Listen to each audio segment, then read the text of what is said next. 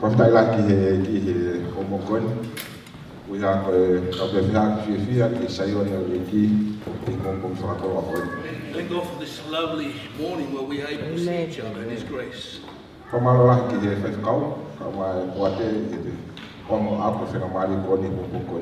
thank the pastor also his board for allowing me this opportunity. And I want to extend my love to every person in this building, the love of God.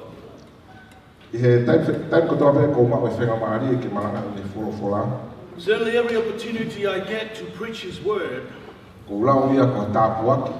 I count it a great blessing.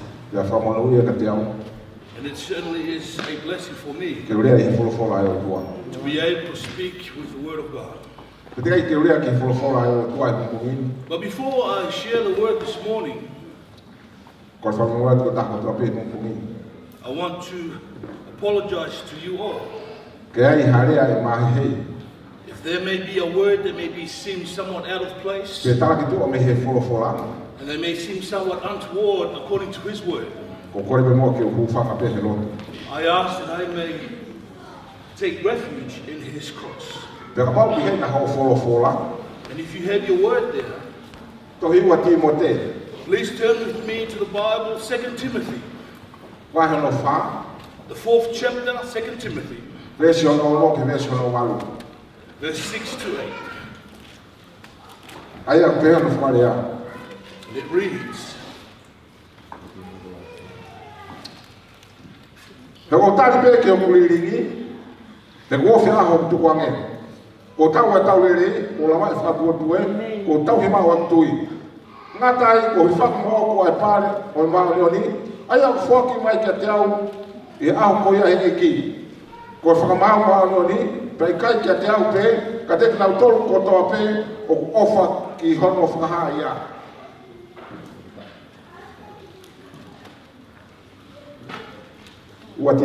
Timote, verse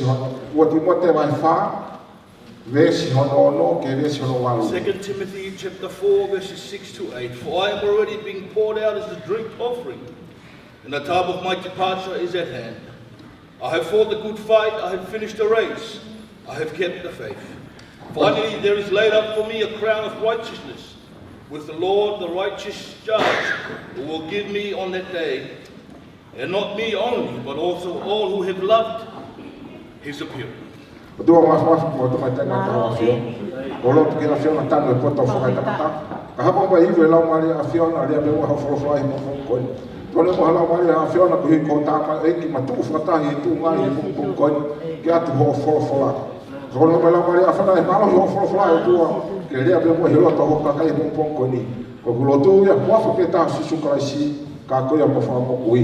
Amen. Amen. The Thoughts of this morning, it says, Tokanga ki Olunga. Amen. Take heed or be aware of above. Lahi tokanga ki Olunga. Beware of above. Talanga ko tafaki. Lahi tokanga ki Olunga. Take more attention to above.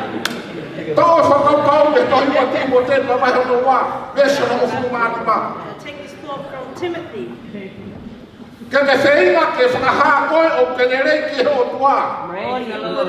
Try to show and prove that you are good in the sight of God. A working man of God makes sure that God's word is true in his life. That is the thought for this morning. How we stay in our Tongan culture. There is someone who is close to death. He leaves his children with words of encouragement and wisdom.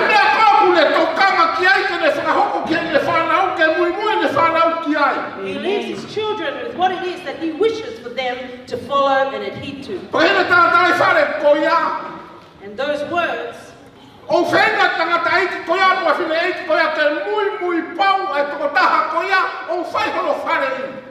that son and daughter will do their very best to obey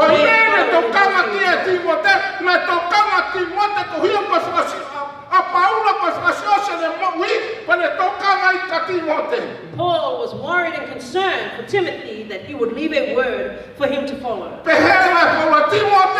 Paul said, Timothy, I am awaiting my renewal. The day of my passing on is close.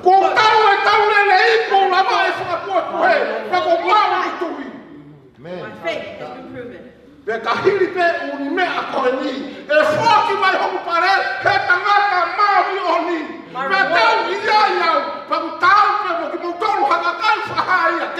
It's worthy of those who show that they are righteous to be there also. That is the word that I am bringing this morning. Tokanga, beware of the things of above.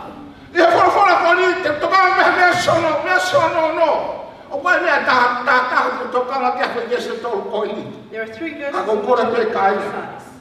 today. Amen.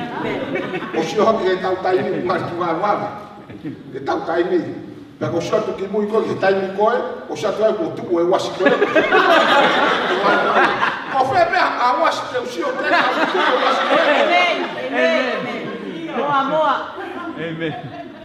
Hey, Lahi Tokanga. Hallelujah. Amen. Beware more so of the things from above. I am awaiting for the day of my return is close. I am awaiting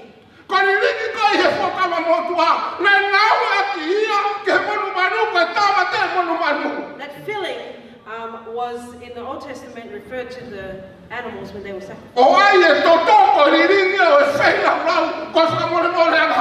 And their blood would be the exchange of. I am awaiting my exchange. There is no animal that will take my place for my exchange.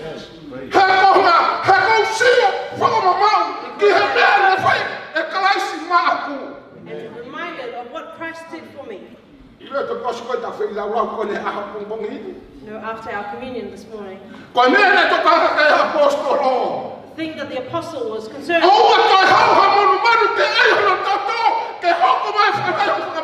there will be no animal's blood that will exchange the sin of that man. But Christ did the exchange that we would be this way. I too am waiting for the exchange for me. Come on, let us take heed about the things from above.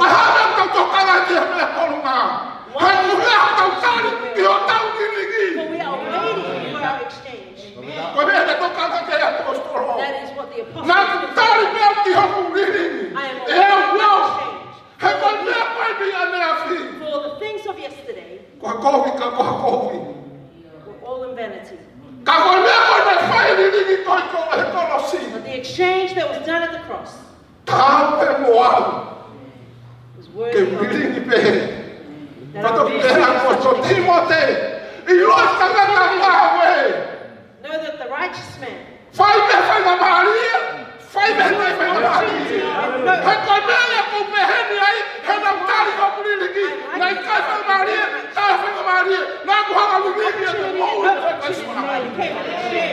for what Christ did for me. Paul then said, the day of my release is close. This word, release,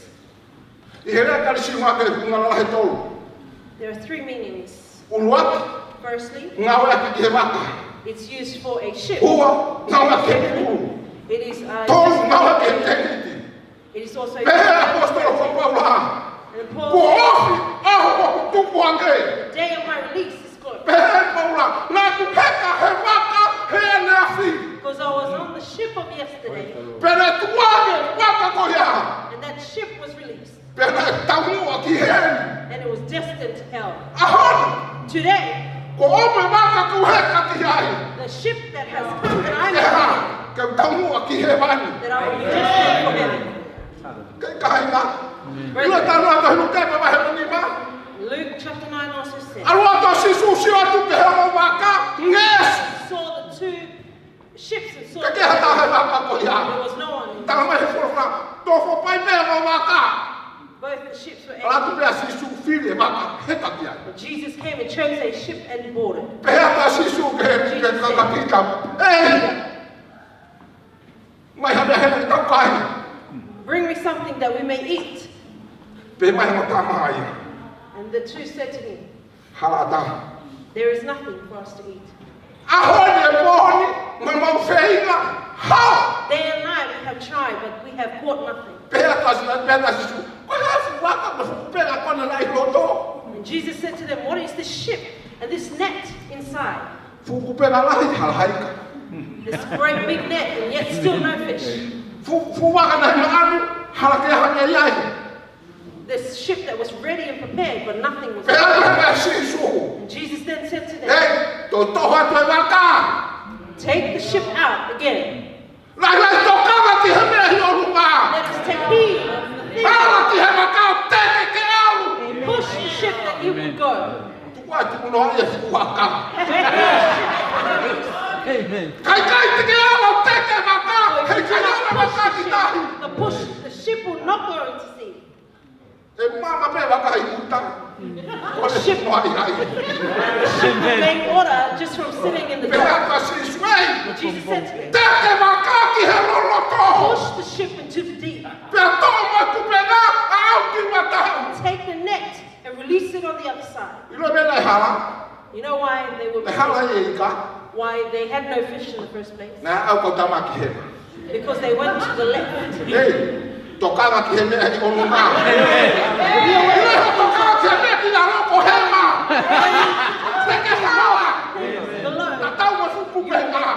Just like the net.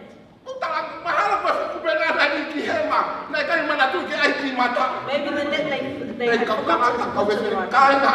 Hey, brethren, throw your net to the right.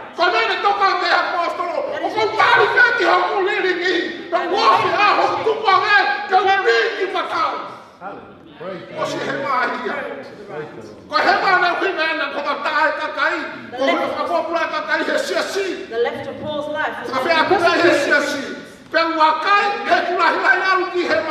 and many a time he went to the left. But no good thing came of it. No good thing came of it. And the apostles I will step to the right. Step to the right. Amen. You know the left? We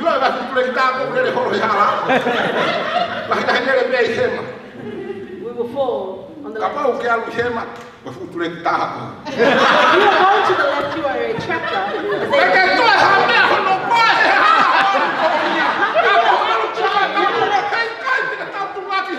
you go to the right, there is nothing that will be in your way.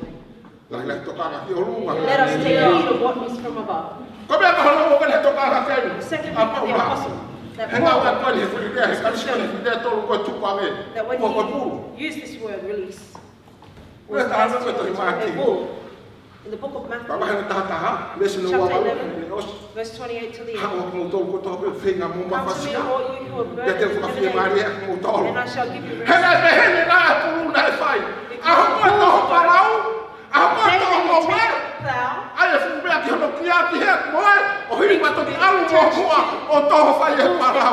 To pull the plow. The bull was burdened because of what he was carrying. The bull was even more burdened because of the farmer who sat there. That's why Paul was the day of his release, there will be no burden no more. You know, when the collar is removed off the bull feels total freedom. He would run. He would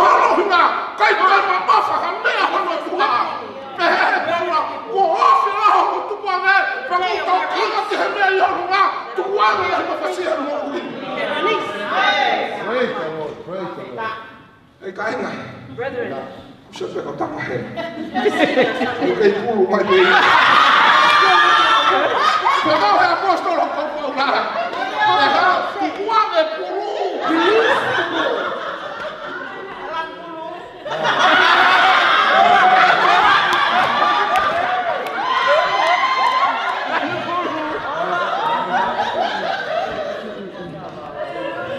Aduh. Kayak Tokanga dia di Olunga. Kayak puluh. Hebatnya apa? Hebat mafasila puluh. Kau tahu lah ni baik. Because of what he was carrying on his back. Amen. Ilai pehe apostol kau paulah. The Apostle Paul, Mau ya aku.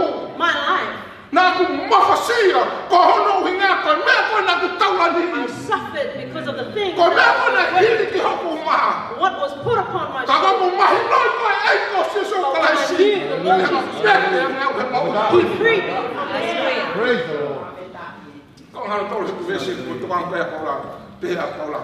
Paul said, Wang ya wa teniti.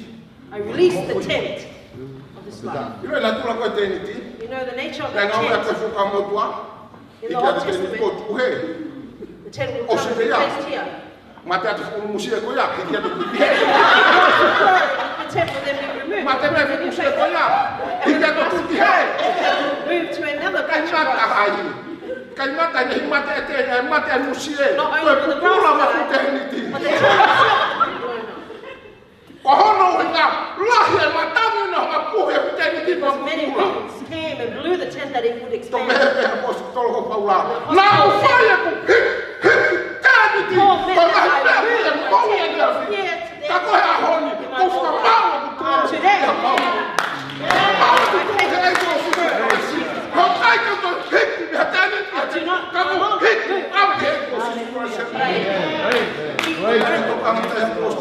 this is what the apostle was worried and concerned of. Verse 27, Paul then said, I fought the good fight.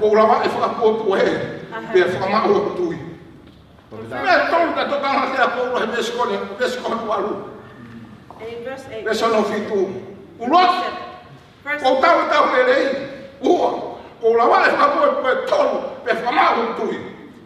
the good fight. And Paul was showing that he is a soldier. In 2 Timothy, chapter 2, verse 4 says,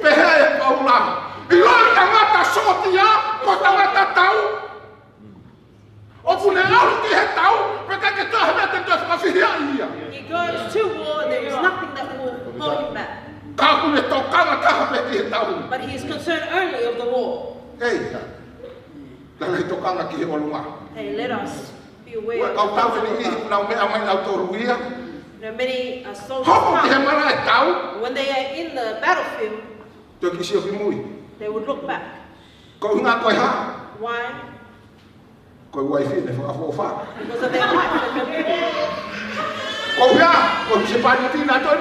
Because of the husband, in case he might remarry. Because of the things that are left back at home. The Apostle Paul then said,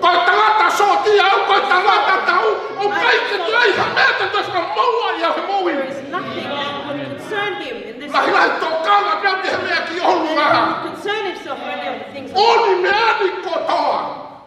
Of all these things will perish. Paul was not concerned.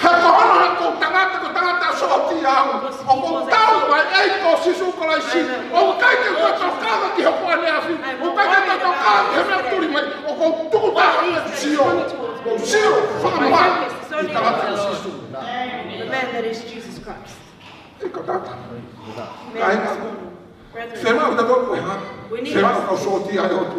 We need to be soldiers. We're soldiers of the Lord. When the soldiers reply, yes, sir. Many times. When the woman is not wanting to say, the man then says, yes, sir. That is not the way of a soldier. And there will be fear. He's at war and focusing on God. Ilo tala mai ka hete whakapau ai Kaveinga. Ke se inga koe ke whahao ke le rei ki he o tua. Ko tangata ngā ue pe te mā, hono mai mahe ko tōne wholofola e mo o ni. Ilo tangata sotia o kaima. Ko tangata sotia o ave te tōne wholofola e mo o ni. Soldier gives you straight the word of God. And this is many things that I say often. I have a son who called me in Baba. My son was in Tongatapu. He was drunk. And I came to Tonga. And I said to my son, listen to me clearly. If you want to die because of your drunkenness, I would come, I will put you into a box and take you to Baba. And take you in. There will be no one who will share a sermon for your funeral. I told him direct that he would see me. It is a wasting time for you to find a scripture to preach on your funeral. I will go and say, thank you for coming today. That we will do this young man's funeral. He's wrong.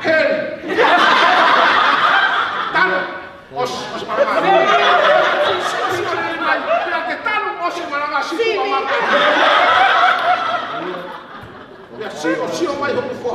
My son looked at me and I said to him, I'm telling you, I will allow only for you to go by yourself. And that is what I tell my church. Hear me in the word of God. Try your best for the work of God is not preach on what is the true word of God. Just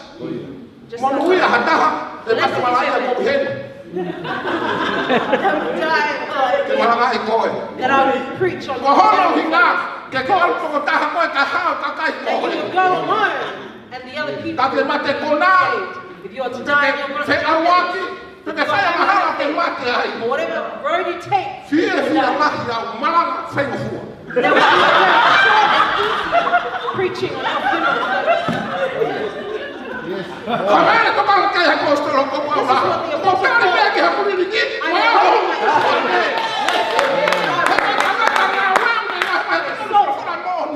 Share the good word of God. I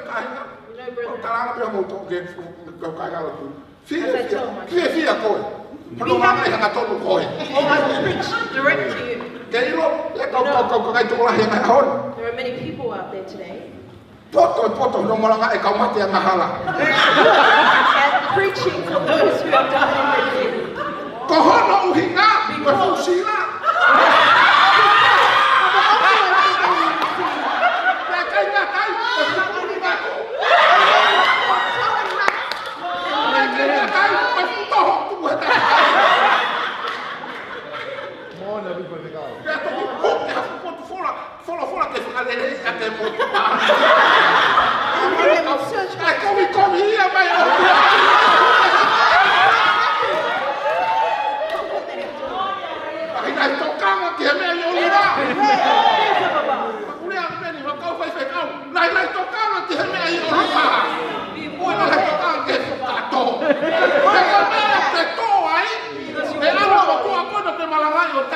And the man that you are preaching for that is going to be buried, he will go before you. He will be there.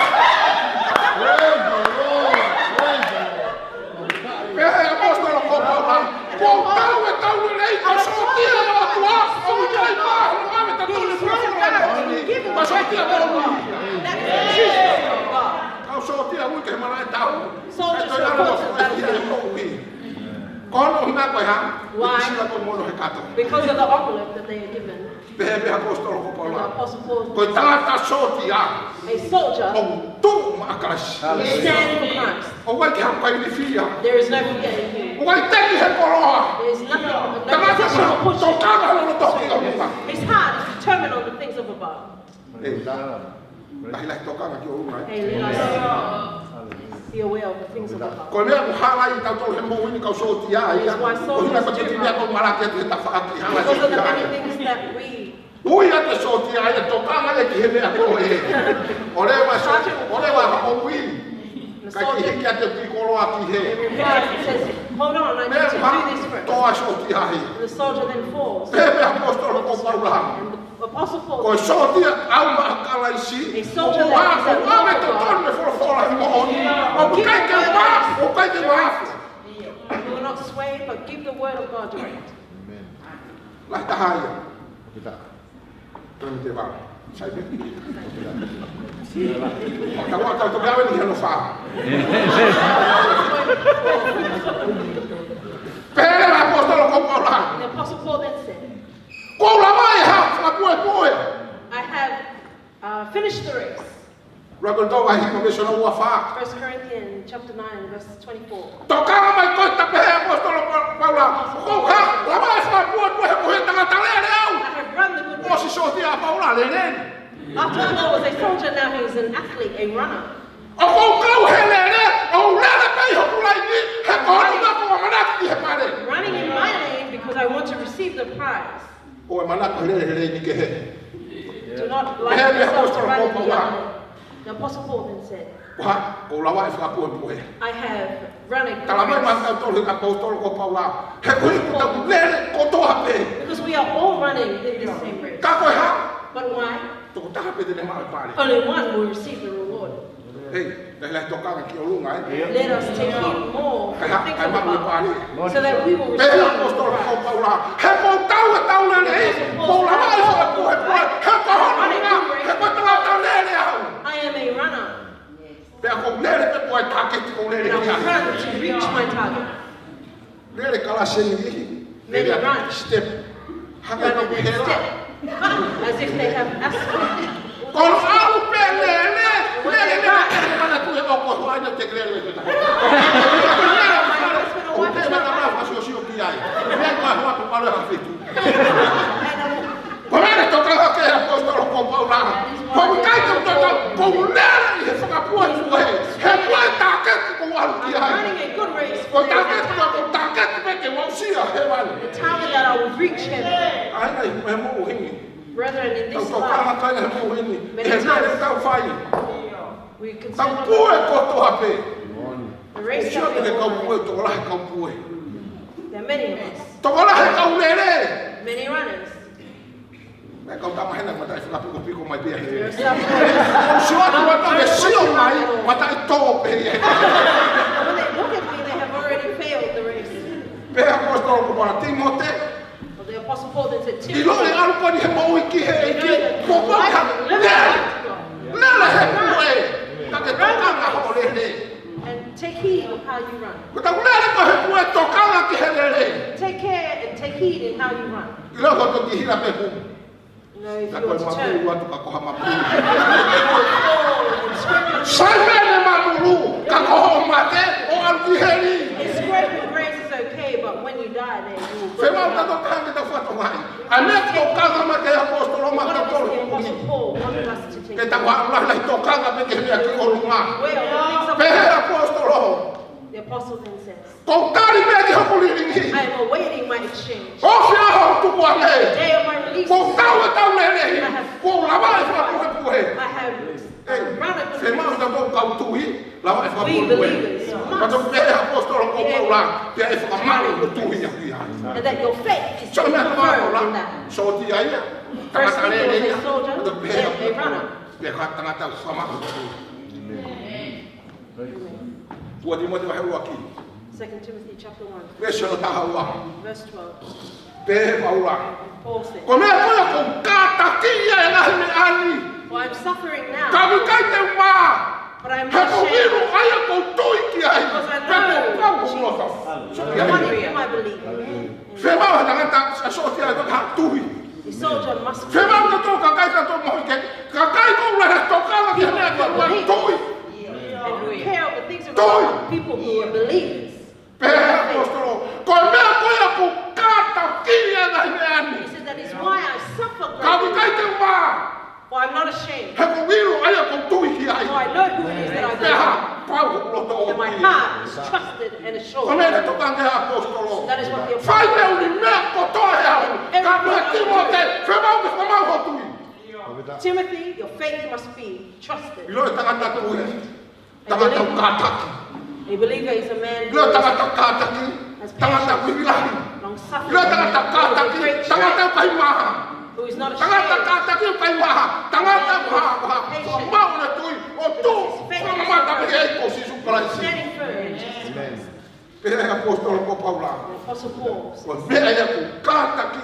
Ko mea na ku kataki e kai whenata ako tahi I moku. suffer so many. Holo taha mai he takai. Ko tō taha na whama mahi e kau otu. Ko tō taha na whakatanga i hana. Ka koe hanga i ta hao le mai pehena. Tō pehe apostolo ko Paula. Ko mea ku kataki e ngai mea ku omi ka hau. That is why I suffer the Pea kai te world. waho. Tu wake e mea ku Not whai. ashamed of the things He that ko he ha led viwa mea pa kutui ki hai. because I know what it is I believe Ka in. ko proto omi ki And hai. it is assured. Nei kai wa. Amen. Fe mau Thank ke you, pau ko Jesus. tau loto. Our hearts must be assured. Ai e pau. Confirm Ai it. tau le ai e pau. Like you say, confirm it. Lock it in. Lai tokanga ki Olunga. Let us be aware of the things of Ai the pau ta world. hai. That is the only Tu le assurance lai we have. tokanga ki ta whaaki. Let us not care of the things Tu le lai beside tokanga us ta whakoe.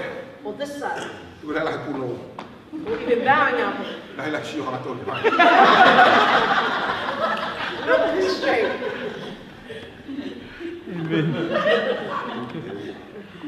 Tau tu kia oe si hena foi fika ni ma. Ka mau koe foi fita. Ka loloa ko ta ta mawau e ai mea. Sai ta loloa to hene loloa e whai mahaki.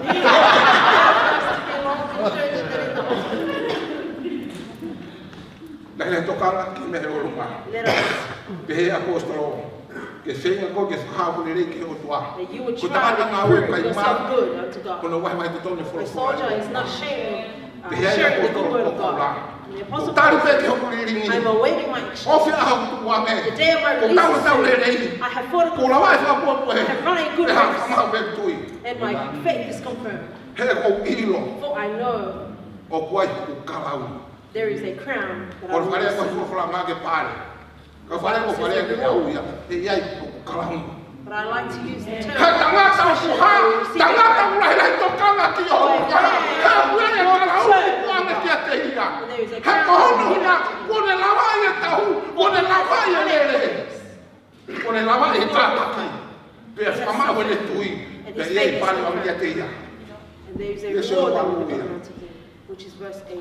Pamela kai mo tokanga mai hiki ka tina toki tau whatonga. Dear brethren, God is Wai wanting mea o us tokanga mai ka te to tau take tau. heed and be He uere e pare. E wanga i tangata takataha. O whatatau ka ni given ai to ngau. every man in according with his good work. E hoko mai e ki tukara. E hoko mai whamau mao ni onu. The judge will come.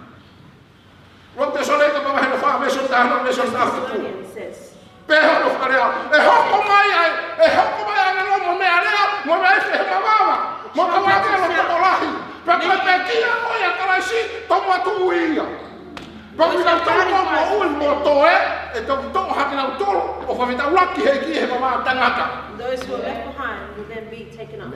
E hake e ai aho. There will be a E day hao e ki. that our Lord will come. Tala mai ha. Hoko mai he merea. Hoko mai he mawawa. He will Pea come koki with na salvation. tolu pe koe.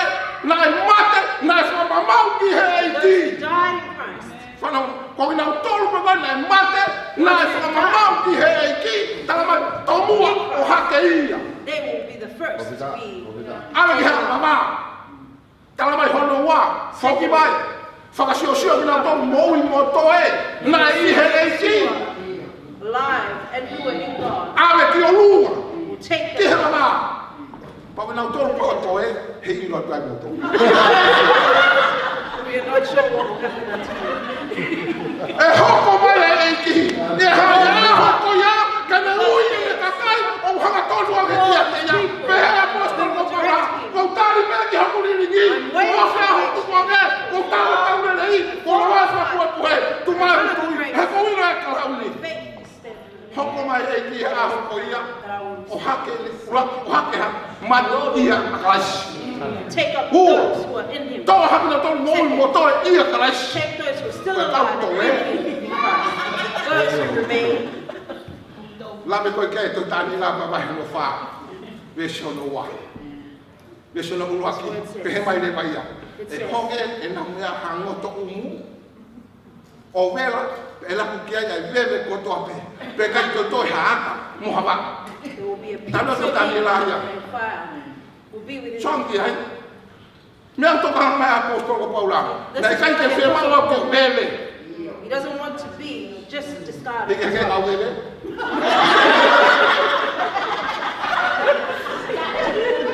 Sai me fala de veve.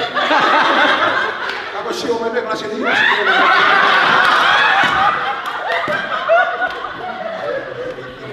Aleluia. Ato pehe mai pa apostolo ko Paula. E hofa mai e to taha fra mau ni oni. The righteous judge will then come. To taha fra mau ni oni. He kai ka to e ha fe ne fra mau. No one will escape his Pe te judgment. si o ato mata i fra ofa mai pa ha e ko ta ma See i kai. himself in the mercy. He He will will ko ta say, fa pe pe ato ka ko e. pity on you and what that judge will give you. Le ta no ko te fra ha mo he no wa no me so ta hu ta to pe na fra ya. Pe ne mo mata ke he ki ai ki mo na lahi au tu he au tua. Fora hi ka tohi fora hi mo tohi ta. Ai ko tohi mo ui.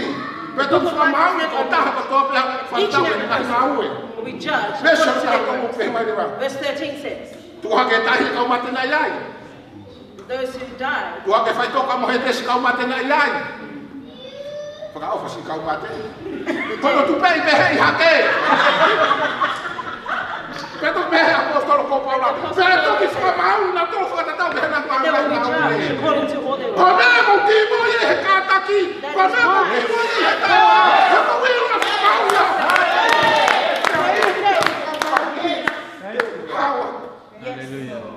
Mata pāku i tāki. Then we will be able to enter the gates of eternity. Pere te pāki e o runga. Let us be more aware and more Pere considerate of the things apostolo of ko God. Paula. The Apostle Tani Paul, me ke aho pe mai e ki kau ke waru. I'm waiting for the day that he will say Tani me ke aho pe tuang e he da mo saka tuang e au mo fasio mo wimi. from the burden Kau of his roko life, ko e so di ha. but I will become a soldier. Tau le i ku la pa e pa ku e pue. He o ni lo pa apa la ki ke mo wi. For I know that he's a disciplinarian. Se mai ta fitu e so no fitu mo nu e tanga ta fala la ki e si o pa. Kono ama na ki le i nga ai ya. Mo nu ia ta ha mo ame de mo wi ma si o ma. Mo nu ia ta ha mo wi ki o lo ma. Mo nu ia ta no fa ma ki si o wa. And you stand fast in God. Ko hire mo wi ni ka hinga. The Ia activist life, church. hoko mai whamau to tolu pehe apostolo ko Paula. E hoko mai toko taha whamau pete mi ai. Pehe pete mi ai. He kohono me kura wai au. O pete pehe me whine skau ki konga ki mo se te si. O tau pete i ai aki nau tolu na whakahai ia. Only those who prove themselves are worthy to be. Ko mea tau hela ia he lotu. Ko mea tau hela he whakarenga. Ko mea tau hela ia he whakarenga. He whakau ilo tau i ai. Tau i ai. Peka pau hei kai te i ai moi. And if you are not there, it is your choice. Kau mea apostolo ko Paula. The Apostle Paul says, Tau e tau lele i. I fought the good Ko lawa fight. e whakapuapu e. Ko o maa koe kalauni. Ko wilo ko ta maa uni hau inga te hau. Pea tau i ai. Pato pehe e Paula. Ma si o se waki whikonga ki mo i whise te whakamu. Pehe le mai Paula. In the latter part of the O verse, Paul tau e ke i ai. says, it is deserving Aki nau tolu whakahaia. for those who Ei, show whanau lele mai. O tau pe ke i ai. O tau pe ke i ai. deserving for you to be there and for I to be there. Api ko le au sisu te te maha o hau. In the home that Jesus has prepared for Tua you. mai pakua tua i tanga tahu afu. O lota whana mi hau fora kumpu koni. Kone mai lau mali afu na i hau fora fora. Lea me hau fora ki hokai o tua. Kone mai lau mali afu na taka mo tau mi hau fora fora. Hoko fora fora tua whamu he kumo tau. Lea hau afu. O lote mo mo mo hua te taksi sutai si. Kone mo fora mo ui. Amen. Kone kaina. Ame ko tokanga ke hong koni. Lea tokanga ki lea i Olunga. Let us take heed Tiga of ke those. honi maa ki tokanga ki lea ki Olunga. Lift your Tiga hand kau if ko you are loko concerned with tokanga the ki things lea of ki God. Olunga. Lea tokanga ke apostolo. That is what the apostle is urging us Ko to. tali pe ke ho That he was awaiting the a day ho of his ko exchange. ne. The day Pe of kono his nga ko release. me ko so ti ai. For that is why we have Ko become me na ko so. le ai. That is why we Mai ran. ka mu. That Ko we to receive ko the ka crown. ko ni mai ko. Those that have Ko lifted ko ko ko wi. Confirm in your heart today Ko mo ni ko fa mai ma ko mo. I do not want this opportunity. We are the soldiers of God. There will be concerned. The apostle Paul, there are many ships that we journey. There are many different boats. Ships in which people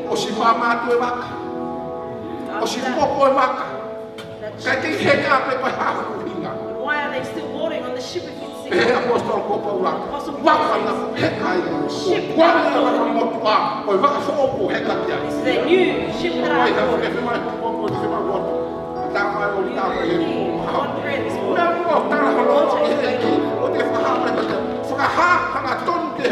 reveal unto God.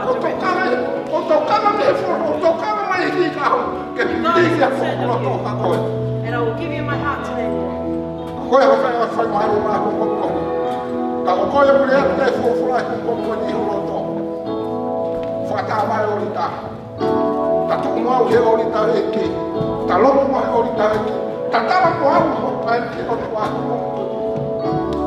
I